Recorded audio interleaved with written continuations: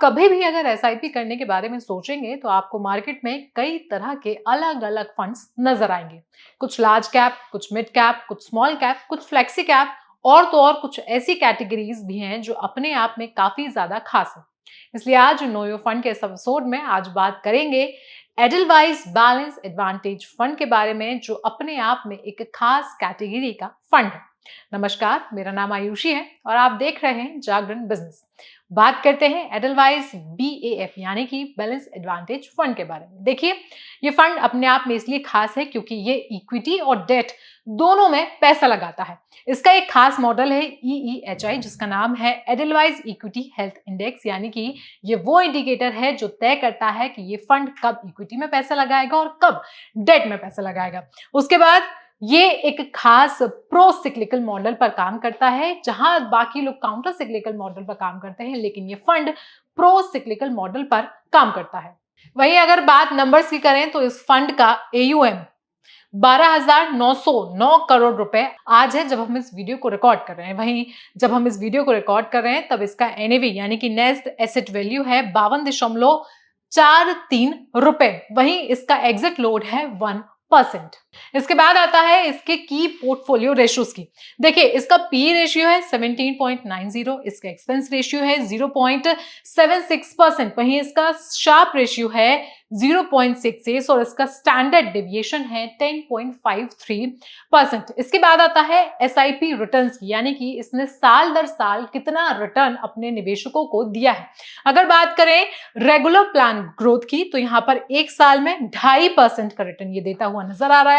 उसके बाद 3 साल में 10.19%, 5 साल में 9.40% और जब से इस फंड की शुरुआत हुई है तब से इसने अब तक 10.32% का रिटर्न जो है वो अपने इन्वेस्टर्स को दिया है। वहीं अगर SIP कैलकुलेशन की बात करें तो अगर किसी ने इसमें 10,000 रुपए हर मंथ की SIP सेट की होगी तो उसने 1 लाख में 1,22,000 रुपए का इसका कुल कॉपस तैयार हो गया होगा, जहां पर एक इन्वेस्टर ने 1,20,000 रुपए लगाए होंगे। वहीं 3 साल के लिए 3,60,000 का इन्वेस्टमेंट जो है वो 4,31,000 रुपए का हुआ होगा। वहीं 5 सालों के लिए 6 लाख का इन्वेस्टमेंट लगभग 8 लाख का हो चुका है और 10 सालों में 12 लाख का इन्वेस्टमेंट यहां पर 21 लाख का होता हुआ नजर आ रहा है। अब इसकी बात करते हैं टॉप पोर्टफोलियो होल्डिंग की।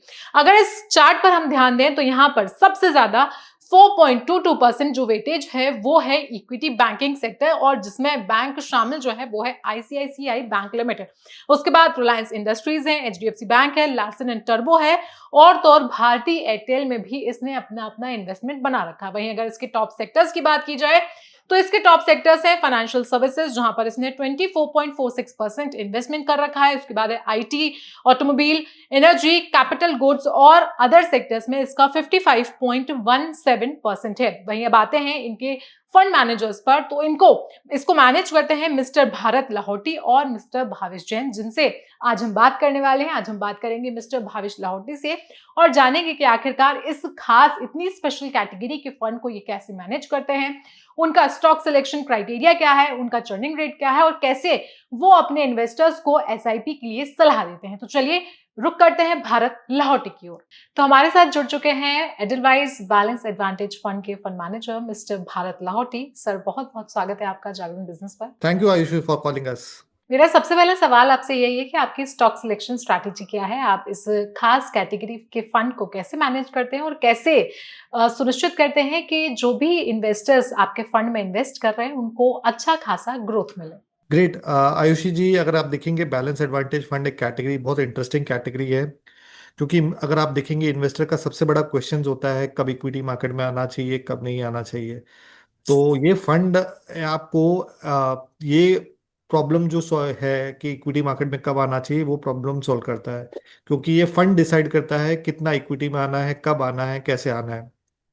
तो ये बहुत फ्लेक्सिबल फंड है from a investor point of view, और हमारे हिसाब से एक बहुत इंटरेस्टिंग कैटेगरी है कि इन्वेस्टर के लिए ये फंड होना चाहिए हमारे पोर्टफोलियो में।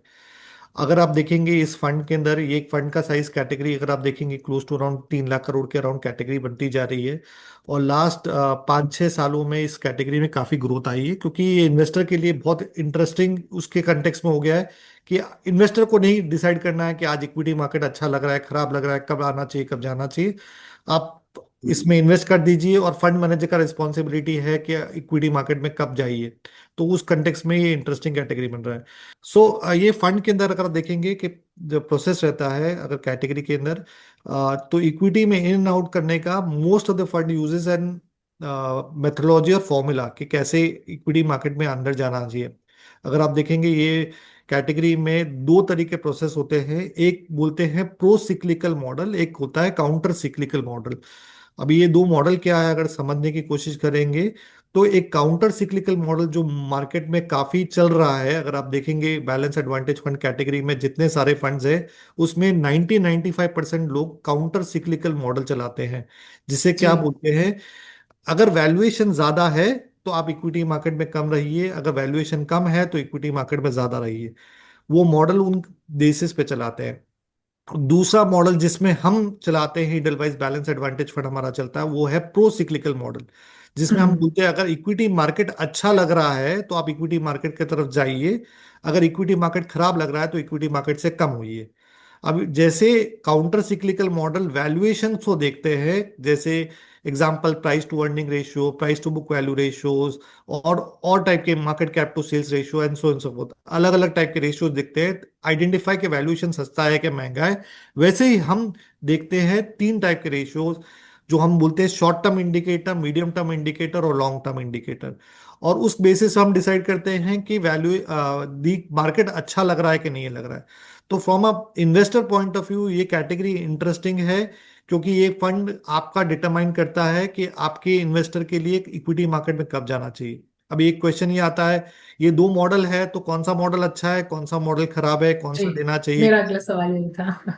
तो अगर आप इसमें देखेंगे कि ये दोनों मॉडल इक्वली इंपॉर्टेंट है, बट ये कौन से मॉडल किस टाइम पे काम करते हैं। मोस्ट ऑफ द टाइम अगर आप देखोगे कि अगर मार्केट ट्रेंडिंग है, अगर मार्केट कोई ट्रेंड का पकड़ लेता है या ऊपर की तरफ या नीचे की तरफ, तो आपको सिक्लिकल जो साइक्लिकल मॉडल वो काम करता है, क्योंकि साइकिल के साथ आप चल रहे हैं। जब मार्केट रेंज बाउंड रहता है तो आपको काउंटर सिक्लिकल मॉडल काम करता है, तो वैल्यूएशन बेस्ड मॉडल जब मार्केट बहुत रेंज बाउंड मार्केट रहता है तब वहां पे काम करता है।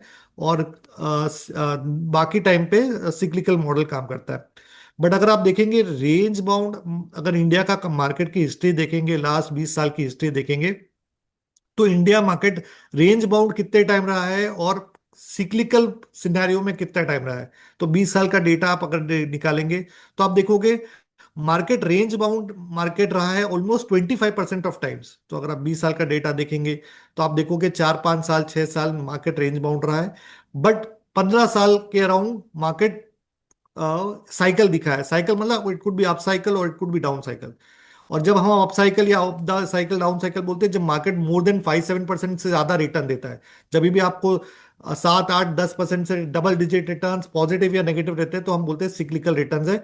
अगर +or -5% रिटर्न है तो मार्केट रेंज बाउंड है टू दैट एक्सटेंट। तो अगर आप 20 साल का डेटा देखेंगे तो ये आपको फीचर देखेंगे।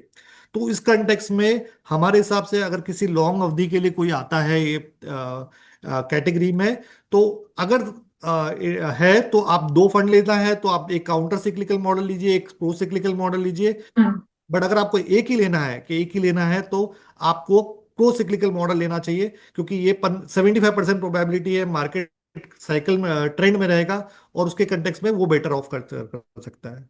सर, फिर आप इस तरीके के मॉडल में चर्निंग रेट कैसे तय करते हैं, या फिर यूँ कहें कि इस फंड का चर्निंग रेट क्या है? अगर आप देखेंगे चर्निंग रेट, अगर देखेंगे अगर ऑब्जेक्टिव ऑफ द ये फंड का ऑब्जेक्टिव ये है कि जैसे इक्विटी मार्केट अच्छा हो तो आप इक्विटी मार्केट तरफ जाइए, अगर इक्विटी मार्केट खराब हो तो आप इक्विटी मार्केट से निकलिए। तो इन केस अगर आप देखेंगे तो चर्न रेट के कंटेक्स्ट में आपको तीन चीज देखनी रहेगी। ये फंड में तीन चीजें होती है, एक है आपका इक्विटी पोर्टफोलियो, एक होता है आपका डेट पोर्टफोलियो और तीसरा होता है एसेट एलोकेशन मॉडल। हम्म। इक्विटी पोर्टफोलियो हम जैसे चलाते हैं, जैसे आपने हमने 100 रुपया दिया है, तो 100 रुपये में 80 रुपया हमारा इक्विटी पोर्टफोलियो बनता है, 20 रुपये का डेट पोर्टफोलियो बनता है। और उसके बाद हम मॉडल चलाते हैं हम लोग जिसको बोलते हैं इडलवाइज इक्विटी हेल्थ इंडिकेटर। जी। वो इडेलवाइज इक्विटी हेल्थ इंडिकेटर हमें बताता है कि हमें इक्विटी लेवल कितना रखना है। हमारा मिनिमम इक्विटी लेवल कभी भी हो सकता है, वो 30% तक हो सकता है। तो 30% से नीचे हमने इक्विटी जाते नहीं है।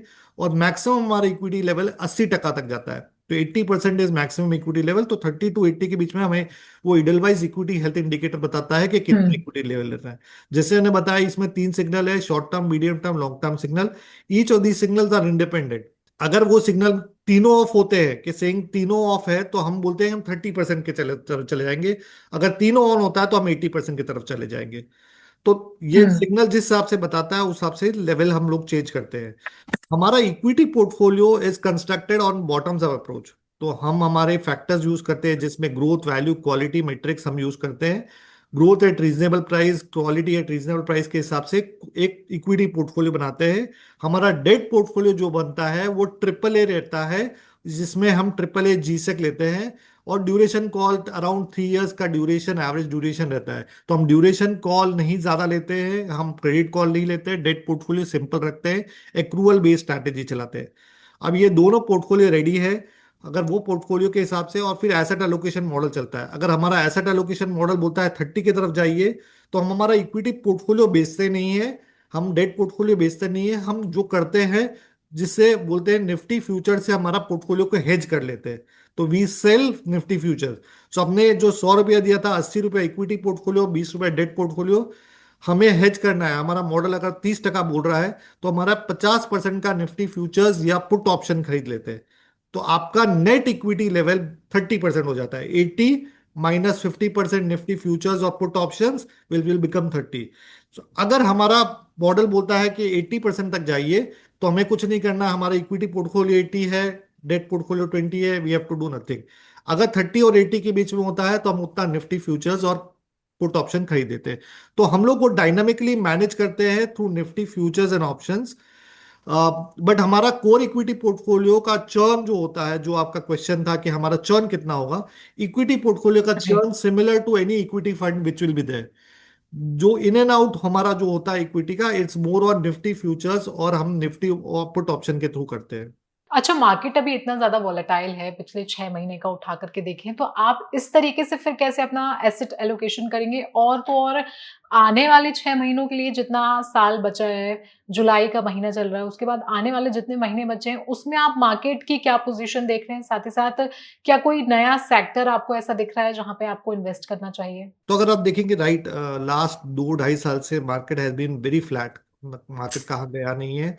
और हुँ। अगर आप देखेंगे, यही टाइम है, बेस्ट टाइम है हाइब्रिड्स में सोचने का, कि हाइब्रिड्स की तरफ जाइए। बैलेंस एडवांटेज फंड कैटेगरी का इंटरेस्टिंग कैटेगरी है। क्योंकि किसी को मालूम नहीं है कि कल यूएस क्या करने वाला है, ईरान क्या करने करेक्ट। वाला है, एंड सो forth। तो मार्केट में तेजी भी आ सकती है, मार्केट में मंदी भी आ सकती है, बहुत डिफिकल्ट है। बैलेंस एडवांटेज फंड यूज करता है मॉडल्स, चाहे वैल्यूएशन हुँ। बेस्ड मॉडल हो या ट्रेंड बेस्ड मॉडल हो। दोनों मॉडल यूज करते हैं, और वो मॉडल डिसाइड करता है कि कब इक्विटी में जाना है, कब डेट में जाना है। तो इस कंटेक्स में हाइब्रिड इंटरेस्टिंग कैटेगरी होता है, balance advantage fund interesting category होता है।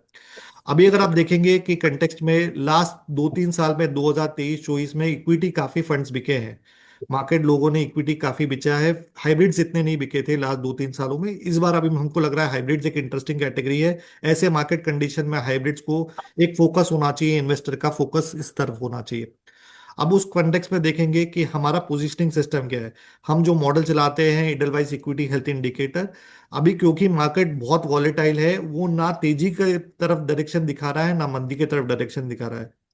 हमारा जो मॉडल है वो यूज करता है ट्रेंड्स, जिसे जिसे बोलते हैं, हम ट्राई करते हैं कि ये ट्रेंड पॉजिटिव है कि नेगेटिव है। और दूसरा, हम वोलेटिलिटी देखते हैं।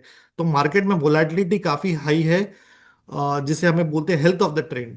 तो वोलेटिलिटी हुँ। काफी हाई है, और उसके कारण हमारा model is in somewhere in between centre. तो हमारा इक्विटी लेवल करेंटली अगर आप देखेंगे आज के दौर में, 55 to 65% के इक्विटी लेवल के बीच में चल रहा है। हम ना 30 की तरफ है, ना जी। 80 की तरफ है, हम बीच में है। बट हमारा इक्विटी लेवल काफी चेंज हो जाता है जैसे ही मार्केट में तेजी थोड़ी पकड़ लेती है, तो हमारा इक्विटी लेवल काफी चेंज होता है। अगर आप कंपेयर करें बाकी सारे फंड हाउस के जो बैलेंस एडवांटेज फंड है, वहां पे इक्विटी लेवल इतनी जल्दी चेंज नहीं होता है, तो हमारा हम्म। जल्दी कैप्चर कर लेता है तेजी या मंदी, वॉट एवर हैपन्स।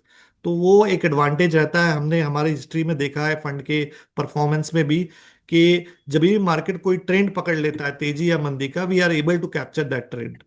मेरा एक और सवाल आपसे ये है कि अगर आपका इंडिकेटर कुछ और इंडिकेट कर रहा है और आपको नहीं लगता है कि इक्विटी में निकल जाना चाहिए या थोड़ा-सा और इन्वेस्ट करना चाहिए, तो क्या आप हमेशा इंडिकेटर को ही फॉलो करते हैं या आप कभी-कभी फंड मैनेजर्स की सलाह से भी आगे बढ़ते हैं? सो दो चीज है, अगर आप देखेंगे कि हमारा मॉडल चलता है और रोज चलता है, तो every day we run this model.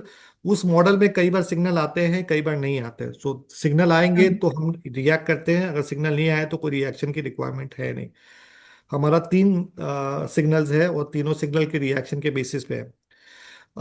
कई बार हमने देखा है कि market directionally can be different. Example है डिमोनेटाइजेशन है, कोविड टाइम है, तो हमें थोड़ा अवगत रहना, बिकॉज हम लोग डेटा चला रहे हैं, ये मॉडल है, ये मॉडल नए डेटा पॉइंट को शायद इनकॉर्पोरेट नहीं कर पाए जो चेंज हुआ है ऑटोमेटिकली। जैसे एग्जाम्पल है, बजट आ गया है, इलेक्शंस आ गए, उसके आउटकम्स कुड बी डिफरेंट। तो हम वो हुँ। कहते हैं 90 to 95% हम मॉडल चलाते हैं। कभी ये जो टर्निंग पॉइंट आते हैं जहां पे रिक्वायरमेंट्स आते हैं कि फंड मैनेजर का इंटरवेंशन हो, तब हम दो चीज देखते हैं। एक, हम कहाँ खड़े हैं, हमारा मॉडल क्या बता रहा है। अगर मॉडल हमारा एक्सट्रीम बता रहा है, फॉर एग्जाम्पल अगर मॉडल हमारा 80% बता रहा है और मार्केट में कोई नेगेटिव न्यूज आ गई है, तो फंड मैनेजर जी। डिस्क्रिशन यूज करेगा। अगर हम 30% बैठे हैं और मार्केट में कोई पॉजिटिव न्यूज आ हुँ। गई है, तो हम फंड मैनेजर डिस्क्रिशन करेगा। बट वो डिस्क्रिशन जो यूज करता है वो 10-12% से ज्यादा डिस्क्रिशन यूज नहीं होता है। तो मॉडल फिर भी 90-95% फॉलो होता है, फंड मैनेजर डिस्क्रिशन नहीं होता है। हमें ये ऐसा एडवांटेज दिखा है। जनरली अगर आप देखेंगे, जिसने भी मॉडल्स फॉलो किए हैं वो बेटर आउटकम रहते हैं, क्योंकि फंड मैनेजर एक आध साइकिल में राइट हो सकते हैं, रॉन्ग हो सकते हैं, हुँ। बट जो मॉडल फॉलो करते हैं वो कंसिस्टेंटली बेटर परफॉर्मेंस देते हैं। तो that is the case where we work on. इस फंड के नंबर्स की अगर बात करें तो यहाँ पर अगर अगर किसी ने 10 साल में 10,000 रुपीस पर मंथ की एसआईपी की, तो उसके हिसाब से लगभग उसको 80% रिटर्न मिला है। सर, तो अब ऐसे इन्वेस्टर्स को क्या करना चाहिए जिन्होंने अच्छा खासा मुनाफा कमा लिया है? क्या उन्हें एग्जिट हो जाना चाहिए या उन्हें थोड़ा और वेट करना चाहिए? सर दो चीज है, हम ये बोल रहे हैं कि ये फंड ऐसा है जिसे आप लंबी अवधि के लिए रख सकते हैं। ये थीमेटिक फंड नहीं है कि जिसमें इन एंड आउट करने की रिक्वायरमेंट है, क्योंकि ये fund itself in and out कर रहा है, इक्विटी मार्केट में कब जाना चाहिए, डेट मार्केट में कब जाना चाहिए, तो उस कंटेक्स में निकलने का रीजन नहीं होता है। इसमें दो चीज है, एक आप लमसम पैसा भी डाल सकते हैं इसमें, एसआईपी के थ्रू भी वैसा डाल सकते हो। ये एक ऐसा फंड है जिसमें लमसम पैसा डालना बहुत ईजी है, क्योंकि जी। लमसम डालोगे और फंड मैनेजर डिसाइड करना है कितना इक्विटी में डालना है, कितना डेट में डालना है। तो रिटर्न्स लास्ट 2 साल में अच्छे रिटर्न्स आए हैं, या लास्ट 3 सालों में अच्छे रिटर्न्स आए, कि मार्केट फ्लैटिश रहा है। अगर मार्केट फ्लैटिश रहा है और हमने इन एंड आउट करके रिटर्न्स बनाए हैं, तो रिटर्न्स बन चुके हैं। हम जैसा देख रहे हैं नेक्स्ट 6-8 महीना मार्केट यही रेंज बाउंड में सेटअप में चलेगा, तो इस कंटेक्स्ट में हमारे हिसाब से ये टाइम एग्जिट करने का नहीं है, इनफैक्ट ऐड ऑन करने का है हाइब्रिड्स की तरफ। अच्छा सर, अगर कोई नया इन्वेस्टर है और वो म्यूचुअल फंड की दुनिया में कदम रखना चाहता है, तो क्या बैलेंस एडवांटेज फंड उसके लिए एक अच्छा ऑप्शन हो सकता है? सो बैलेंस एडवांटेज फंड, अगर आप हमारी हिस्ट्री देखेंगे तो बैलेंस एडवांटेज फंड की में अगर आप देखेंगे, हमने ऑलमोस्ट 75 to 80% ऑफ टाइम ये fund on a 3 year rolling return basis पे 8% के ऊपर रिटर्न दिया है हिस्टोरिकली। जी। अगर आप देखेंगे 3 साल के अंदर ये इसने कभी नेगेटिव रिटर्न्स नहीं दिया है, तो आप हुँ, 3 साल हुँ। में कभी भी आए हो गए हो, अगर आप देखेंगे तो ये फंड ने वैसे रिटर्न दिया। तो from a new investor perspective this is very interesting. दूसरा सेट ऑफ इन्वेस्टर अगर आप देखेंगे, मोस्ट ऑफ द इन्वेस्टर जिसे हमें बोलते हैं कि पहला इन्वेस्टमेंट आपका लार्ज कैप के अंदर होना चाहिए, इक्विटी फंड्स के अंदर। अगर आप लार्ज कैप फंड के साथ कंपेयर करेंगे, तो ये फंड आपको returns almost similar to large cap देगा on a 5 year rolling basis, but आपको जो रिस्क ले रहा है वो ऑलमोस्ट 50% लेसर रिस्क है। तो जो रिस्क मेजर करते हैं हम स्टैंडर्ड डिविएशन के थ्रू, सिग्मा के थ्रू, तो आप देखेंगे लार्ज कैप फंड्स या निफ्टी के थ्रू जो रिस्क होता है as compare to that with balance advantage fund, आप देखोगे रिस्क। तो न्यू इन्वेस्टर के लिए ये एक इंटरेस्टिंग कैटेगरी, इंटरेस्टिंग फंड होता हुँ। है, क्योंकि ये फंड आपको similar returns almost 90 to 95% return जो निफ्टी के रिटर्न्स है वो दे देता है, बट रिस्क एक 50% है होता है। तो एक इन्वेस्टर के लिए स्मूथ जर्नी होता है कि फर्स्ट टाइम इन्वेस्टर के लिए बहुत इंटरेस्टिंग हो जाता है कि हाँ ठीक है, रिस्क मेरा ज्यादा दिख नहीं रहा है बट रिटर्न्स आपको ऑलमोस्ट निफ्टी जितने मिल जाते हैं। मेरा अगला सवाल आपसे ये है कि क्या कोई ऐसे 2-3 सेक्टर्स आपको आने वाले समय में दिख रहे हैं जिनमें आप अपना इंटरेस्ट बना सकें? सो देखिए, अगर हमारा फंड का स्ट्रक्चर देखेंगे कि अभी हम कौन से सेक्टर्स में बुलिश है और कौन से सेक्टर्स में बेरिश है, हमारा जो मॉडल चलता है वो फैक्टर बेस्ड मॉडल चलता है, जहाँ पे हम growth value quality matrix use करते हैं। Growth at reasonable price, quality eight reasonable price के बेसिस पे हम स्टॉक आइडेंटिफाई करते हैं और बॉटम अप से हमको आइडिया आता है कि कौन से सेक्टर्स में ग्रोथ अच्छे वैल्यूएशन पे मिल रहा है, क्वालिटी अच्छे वैल्यूएशन पे मिल रहा है। करेंटली अगर देखेंगे उस बकेट में हमें कैपिटल गुड्स में एक अच्छा दिख रहा है, जहां पे ग्रोथ अच्छी है, वैल्यूएशन थोड़े महंगे बट ग्रोथ के कंपैरिजन में वो अच्छे लग रहे हैं, क्योंकि इस मार्केट कंडीशन में ग्रोथ बहुत कम है। अगर आप लास्ट 2 साल की अर्निंग्स ग्रोथ देखेंगे तो मार्केट में अर्निंग्स ग्रोथ इतनी अच्छी नहीं आई है।